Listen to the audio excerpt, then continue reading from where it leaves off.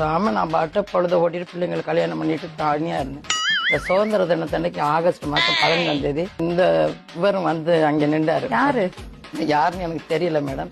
இவன் யாரோ வந்தது எதற்காக? பஸ் ஸ்டாண்ட்ல நிக்கும் போது அவர் என்னைய பார்த்து சிரிச்சாரு, நானும் சிரிச்சுட்டு எப்படியோ.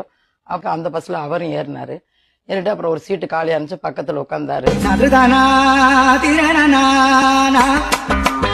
2 பேர் வந்து பீச்சில் பேசலான்ட்டு கூட்டிட்டு வந்தாங்க.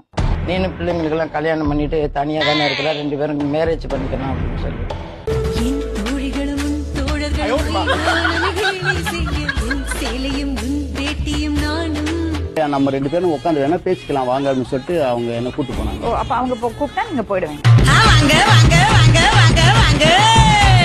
சரி, கூப்பிட்டுட்டு அப்புறம் எதுக்கு வீட்டுக்கு போனீங்க? இல்லைங்க, இந்த வீடு வந்து காலியா அப்ப பீச்ல வீடு விஷயமா பேச முடியல, மிச்சத்தை பேசுறதுக்கு வீட்டுக்கு போனீங்க. இல்ல, என்ன வயசுமா உங்களுக்கு? எனக்கு இப்ப வந்து 57 வயசாகுது மேடம். என்னடி சொல்ற?